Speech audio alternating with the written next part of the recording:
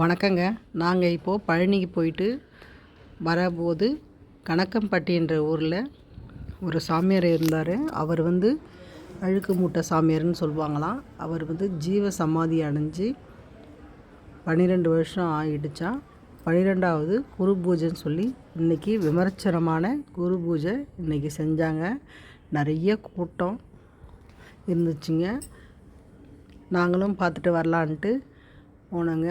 அந்த சித்தரோட சிலைக்கு நல்ல அர்ச்சனை, அபிஷேகம், ஆராதனை, யாகசாலை எல்லாம் வச்சுருக்காங்க.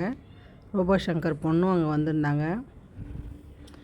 பார்த்தோம். ஒரு விநாயகர் கோயில் இருக்குது. அந்த விநாயகர் கோயிலை சுற்றி நிறைய சித்தர் சிலை வச்சுருக்காங்க. அதையும் பார்த்து சுற்றி சாமி கும்பிட்டாச்சு. இந்த இடத்துக்கு பெரிய பெரிய ஆளுகளும் நடிகர்களும் இந்த சாமியை தரிசனம் பண்ண இங்கே வருவாங்களாம்.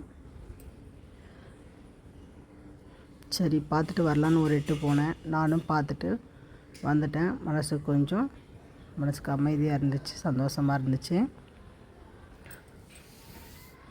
உங்களுக்கு இந்த கணக்கம்பட்டி சித்தரை பற்றி ஏதாவது தெரிஞ்சால் எங்களுக்கு சொல்லுங்கள்.